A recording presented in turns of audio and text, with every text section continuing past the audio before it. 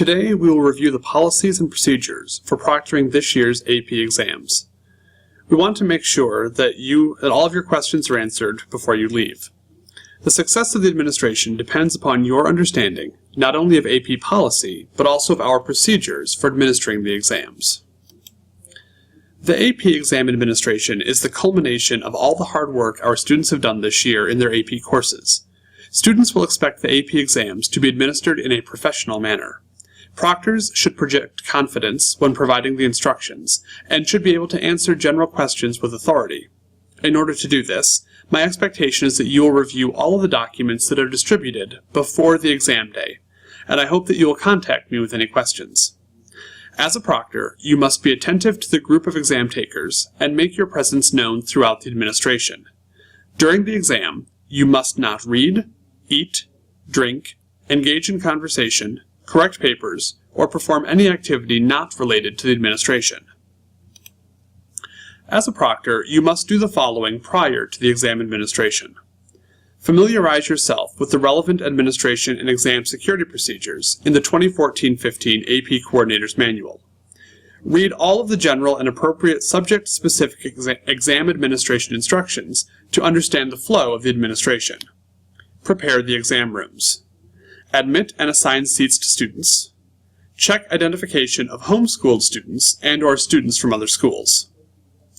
During the exam administration, bring all necessary materials to the exam room. Check that students with disabilities have brought their SSD student accommodations letters to verify that they are entitled to these accommodations. Ensure that the proper seating distance is maintained between students. Distribute testing materials. Assist students with filling out their identification information on answer sheets. Supervise the testing room. Supply pens, pencils, calculators when appropriate, and extra paper as necessary. Walk around the room to ensure students are working on the correct exam section and are not using any unauthorized aids. Guard against attempts at cheating. Keep the room supervised at all times. Complete a seating chart, which will be provided. After the exam administration, collect and account for all exam materials before dismissal. Ensure that students have properly identified their exam materials with AP number labels, etc. Dismiss students, making sure they do not take any exam materials from the room.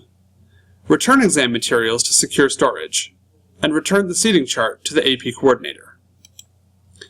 Depending on the exam, you may be in the exam room for over 4 hours. Please dress in a comfortable clothing and wear soft-soled shoes. It creates a disturbance if students can hear you walking up and down the rows.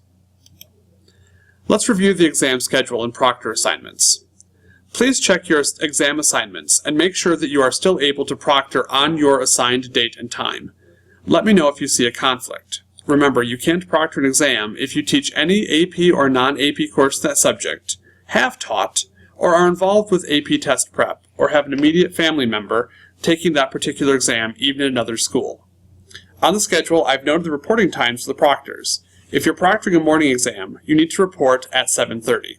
If you're proctoring an afternoon exam, you need to report at 11:30. Please be prompt. It is essential that we adhere to a strict time frame in order to meet the start times required by the AP program. Official start times ensure that all exam takers are essentially sequestered simultaneously, thus reducing the risk of disclosing exam items to those students who haven't yet entered the exam room. AP policy mandates that the morning exams start between 8 and 9 a.m., and that the afternoon exams start between noon and 1 p.m. Proctors may seat students and begin general exam instructions part 1 or 2 prior to these official start times, but under no circumstances may the shrink wrap of the actual AP exam be opened prior to the start of these 1-hour windows. Students who begin taking the actual exam at any point earlier than the official start time will have their scores canceled, and the schools administering these exams may not be allowed to offer AP exams in the future. Please provide yourself with enough time to count the exam materials and prepare your room before the students arrive. The students have been asked to arrive by 7:30 for the morning exams and 11:30 for the afternoon exams. Materials will be provided by me at the door. Every student taking an AP exam receives a student pack. The student pack includes information on AP policy, contact information for the AP program, college codes, and survey questions. Each student pack has a set of barcoded AP number labels that is unique for each student. A label is placed on every answer sheet, free response booklet that the student uses during this administration. Students must not share their AP numbers. Students may print their AP numbers in the appropriate areas if they run out of labels. Students must use the same AP number for all exams taken this year. The AP number identifies the student electronically and helps ensure the rapid and accurate processing of their materials. Missing AP numbers may result in the loss of student materials because the AP number is the only way to link students to their exam materials.